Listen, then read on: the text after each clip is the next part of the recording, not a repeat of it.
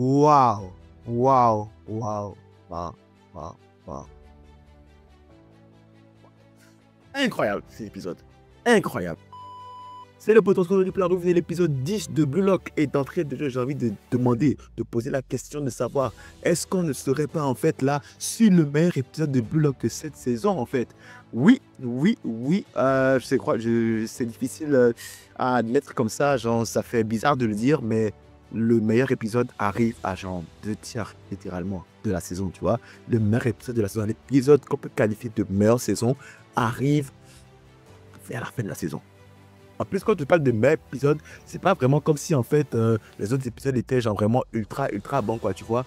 Je pense que c'est vraiment en fait l'épisode qui se démarque et qui en fait montre un peu ce à quoi ça aurait ressemblé si l'animation était un petit peu plus correcte que sur ce à quoi on a l'habitude, quoi. Mais bon, si vous attendez, on va direct dans le vif du sujet.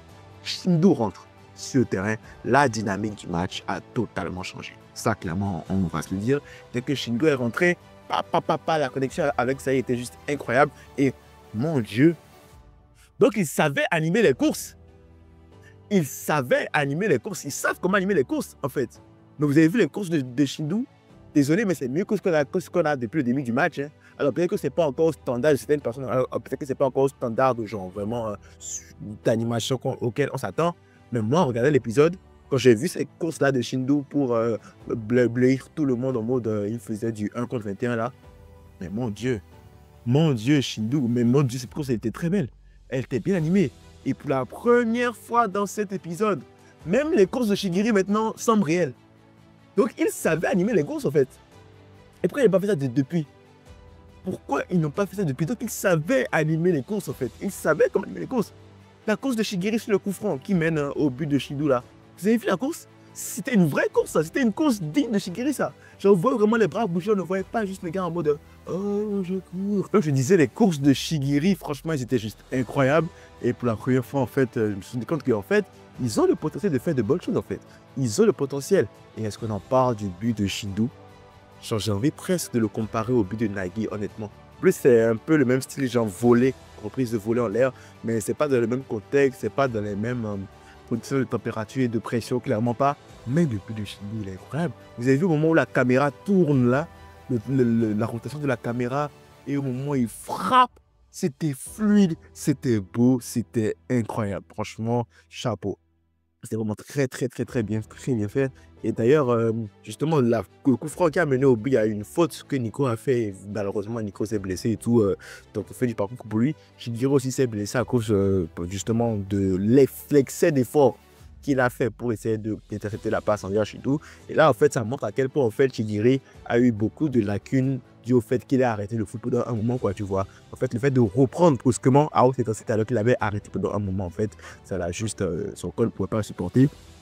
Et donc, du coup, il a fallu qu'il soit substitué, qu'il soit changé. Et donc là, on a l'entrée de Reo et de Iori. De Reo et de Iori. Je vais revenir sur Reo et Iori parce que franchement, cet épisode-là, il a cuisiné comme jamais. Donc là, tu as Shigiri qui sort vraiment genre dépité, mais dépité de malade. Et là, tu as Ego qui le fait comprendre que, ah, tu vois cette douleur-là, tu te rends compte que tu aurais pu finir le match si tu n'avais pas pris ton hiatus, puis cette frustration-là te sert de leçon.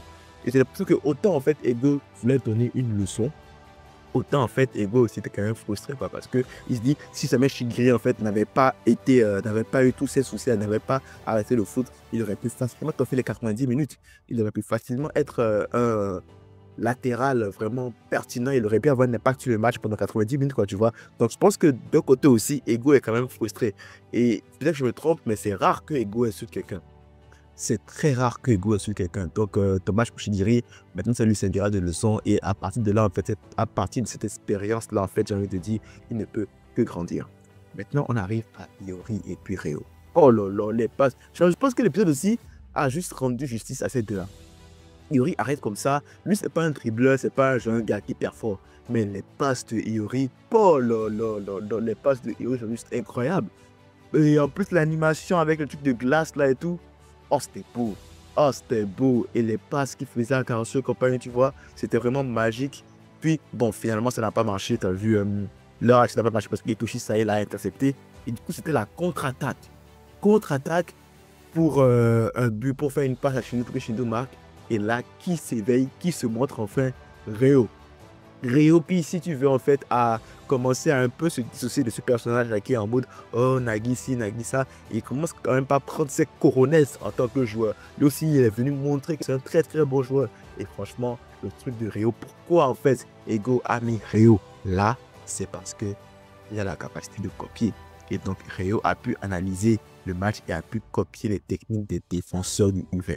Et là, il nous sort une interception exactement à la Olivier Aikou, incroyable. Ce Shido qui encore, faut le préciser, Shido qui est en montée de puissance parce qu'il a déjà marqué un but, il est super content. D'ailleurs, en parenthèse, Shido et Saï, ils ont une relation incroyable. Hein?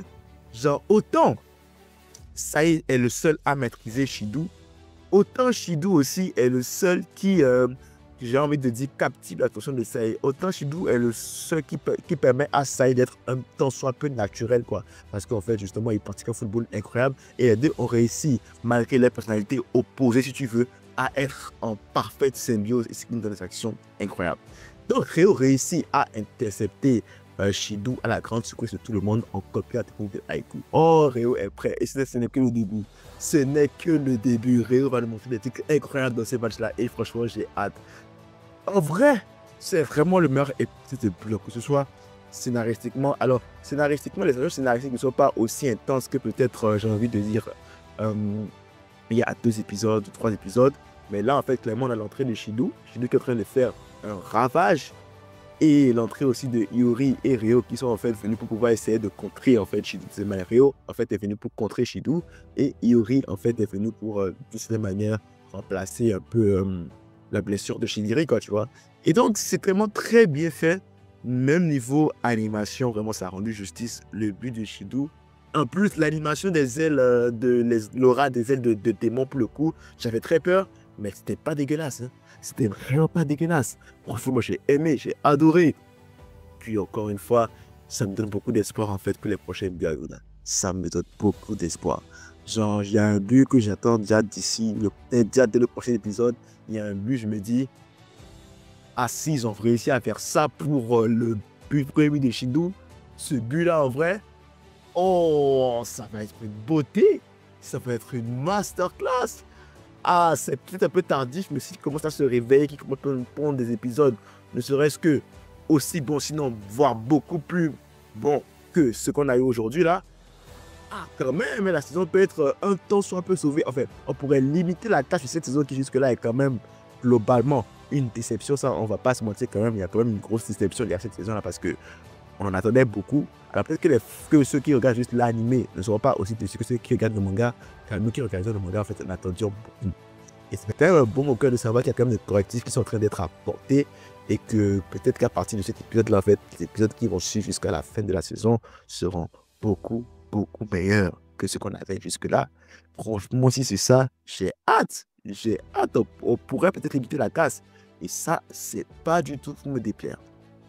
Moi, ce que j'avais à dire pour cette revue de l'épisode 10 de Block saison 2, c'était une revue, n'hésite pas à liker, commenter, ça fait toujours plaisir.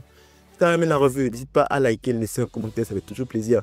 Si tu n'es pas encore abonné, abonne-toi, ça fait encore plus plaisir. Max de like, max de partage. Merci pour votre soutien, c'est vraiment, ça vaut vraiment le monde pour moi. On se retrouve très pour une nouvelle vidéo. D'ici là, pour tous, de vidéo proche. C'est pour moi. À la prochaine.